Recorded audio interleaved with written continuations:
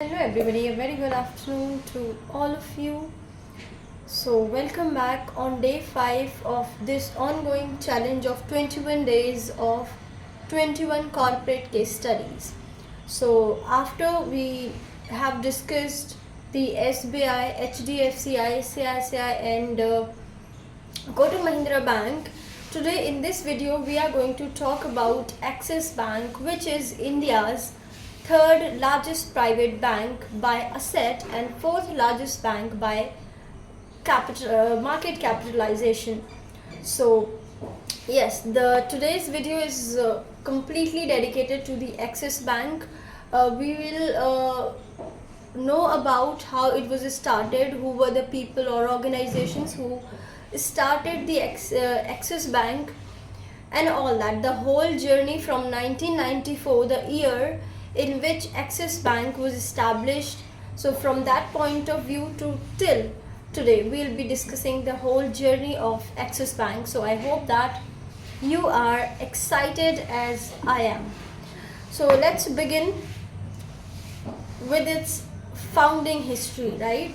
So Axis Bank was formed in the year 1994, not by any single person, as this was a bank which was established by various other corporates like Life Insurance Corporation and government and other governmental organizations came together and formed UTI.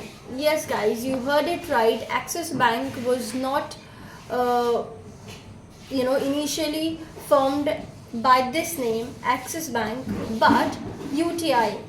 It was Unit Trust of India. What happened is, in 1994, the RBI and the government of India issued banking license to total 10 private sector banks, including HDFC, ICICI and IDBI, also UTI. So yeah, this was how it was born. At that time, UTI was India's largest and only mutual fund available to Indian citizens. And having this strong brand, and it uses, it is logical to expand its business in other sectors, but financial sector only. And the banking business seemed the best option to UTI. Then Axis Bank was renamed in the year 2007 as rebranding. After that, in that time, UTI has its own customer base of 38 million, 3.8 crore customer base, who has invested in their mutual fund. So Axis Bank को जब ये 2007 में rename हो गया as axis bank, इसको customer base की कोई problem नहीं थी. एग्जिस्टिंग जो यूटीआई के कस्टमर थे वो इनके कस्टमर बन गए. And then they thought and they plan, they started offering banking products to these mutual fund customers or investors basically. इसके फर्स्ट चेयरमैन और डेप्यूटी मैनेजर उस टाइम सुप्रिया गुप्ता रहते हैं. हालांकि एक्सिस बैंक जो कि अब इतना सक्सेसफुल है, वो initially it was not so successful, so क्या व्हाट हैपेंड इज, बैंक का जो पहले पोजीशन अच्छी थी, राइट, बिकॉज इसके पास ऑलरेडी कस्टमर्स थे, ऑलरेडी इसका फंड था, मार्केटिंग थी and all that. But because of to say poor leadership, for a certain period of time it came down. But there was a person who changed the whole story, and I will be telling you who was that person. But before that, let me tell you that to improve the leadership and all, इस axis bank को manage करने के लिए अलग अलग finance से and business corporate से leaders लेकर आए गए, जिसमें एसबीआई के भी कुछ लीडर्स थे जिसको एसबीआई में लेकर आया गया so that axis bank could flourish.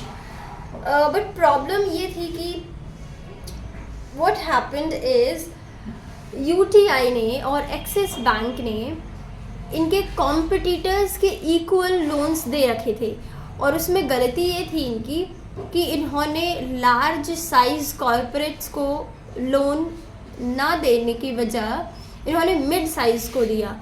और टाइम था 1990s का था, जब the whole Asia was facing financial crisis. तो उस टाइम में जो मिड साइज कॉरपोरेट्स थे वो कुछ तो इनमें से मोस्टली जो जिनको इन्होंने लोन दे रखा था वो बैंकरप्ट हो गए, इनका एनपीए बहुत हाई हो गया। जबकि ये ऐसा बैंक था कि 1994 में जब बना था तब इन्होंने फर्स्ट ईयर में ही 3 करोड़ का प्रॉफिट अर्न किया था, but this very second year they lost and they incurred 10 crore loss. So it was surprising. इनके एनपीएस बढ़ते गए और इन्होंने इनकी ब्रांचेस भी कम थी। सिर्फ ये इशू नहीं था, इनकी ब्रांचेस एक्चुअली कम थी। 2000 इनका कासा डिपॉजिट कम था, इनका म्यूचुअल फंड ज़्यादा था, बट जो कासा था सेविंग अकाउंट और करंट अकाउंट में जो इनका डिपॉजिट था वो कम था, जो कि बैंक्स के लिए चीपेस्ट और इजीली अवेलेबल फंड होता है वो इनके पास सिर्फ और सिर्फ 15 to 17% था, जो कि इनके कॉम्पिटिटर्स से बहुत कम था। और इनके ज़्यादातर एफडी में थे जिन पे ये हायर रेट्स पे कर रहे थे इन्वेस्टर्स को।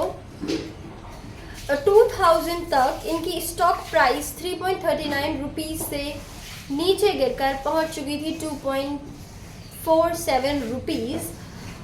और जो इनके एमडी थे सुप्रिया गुप्ता, विच आई अर्लियर मेंशन, उनकी हेल्थ भी ख़राब हो गई थी, इन्होंने रिज़ाइन कर दिया।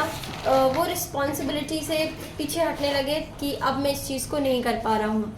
इसके बाद जनवरी 2000 में गवर्नमेंट ने अपॉइंट किया trustee on the board of axis bank, जिनका नाम था जयेंद्र नायक। और जिनकी मैं बात कर रही थी कि वो एक नेम था जिन्होंने एक्सिस बैंक की पूरी होल स्टोरी को ही चेंज कर दिया, वो थे जयेंद्र नायक। हालांकि इनको बैंकिंग एक्सपीरियंस नहीं था क्योंकि ये एक आईएएस थे और फाइनेंस मिनिस्ट्री में जॉइंट सेक्रेटरी की तरह इन्होंने काम किया था, बट इनका प्रोफेशनलिज्म, इंटेग्रिटी एंड लीडरशिप इतनी परफेक्ट थी कि इन्होंने सारी चीज़ों को मिरेकली हैंडल किया। और जो एक स्टोरी जब लग रहा था कि अब एक्सिस बैंक किसी न किसी बड़े बैंक के द्वारा एक्वायर कर लिया जाएगा, वो एक्वायर होने से बच जाता है और अपनी एक स्टोरी रचता है। इन्होंने बहुत सारे रिफॉर्म्स किए। 2000 तक जो एक्सिस द ईयर 2000 तक एक्सिस बैंक के जितने भी एम्प्लॉयज़ थे उनकी सैलरी उनके कॉम्पिटिटर्स बैंक थे उनके कंपैरिजन में बहुत लो थी। इन्होंने उस सैलरी को बढ़ाने का एक तरीके से प्रपोजल रखा बोर्ड के सामने, हालांकि बोर्ड ने बहुत ही उस चीज़ को इन्होंने काफ़ी क्रिटिसिज्म फेस किया बोर्ड मेंबर से। हालांकि ये रेसिस्ट करते रहे और इन्होंने इवन थ्रेटन भी किया कि उनकी डिमांड अगर मीट नहीं होती दे विल रिज़ाइन, और अल्टीमेटली बोर्ड को इनका डिसीजन और demand whatever you want to call it accept करना पड़ा। फिर इन्होंने इसी तरीके से करते करते इन्होंने अपनी टीम, अपने जो एम्प्लॉयज़ थे उन पे काम किया। उनको ट्रेनिंग के लिए एक मर्सर करके एक कंपनी है जो कि ह्यूमन रिसोर्स ट्रेनिंग पे काम करती है, इससे टाई अप किया। अपने एचआर को, पूरे ह्यूमन रिसोर्स सिस्टम को ट्रेन किया। एक वर्ल्ड क्लास एक तरीके से इनके सिस्टम में चेंज लाए, और नॉट जस्ट इनके स्टाफ में बल्कि इन्होंने इनके आईटी सिस्टम में भी बहुत सारे एडवांसमेंट किए। ब्रांचेस जो कि इनकी कम थी, 2000 तक सिर्फ इनकी 49 ब्रांचेस थी। 2009 में ओनली इन 9 ईयर्स उनकी ब्रांचेस का फिगर था 835। ये भी बढ़ा है, आईटी सिस्टम में भी इम्प्रूवमेंट किए। ऐसे करते करते बैंक की पोजीशन बहुत इम्प्रूव हो गई। फिर 2009 जुलाई में जयेंद्र नायक ने रिज़ाइन कर दिया और नई एमडी और सीईओ कौन अपॉइंट होती हैं? शिखा शर्मा।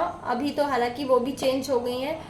2019 में अमिताभ चौधरी जो करंटली एमडी एंड सीईओ की पोजीशन पे है एक्सिस बैंक। तो ये होल स्टोरी थी।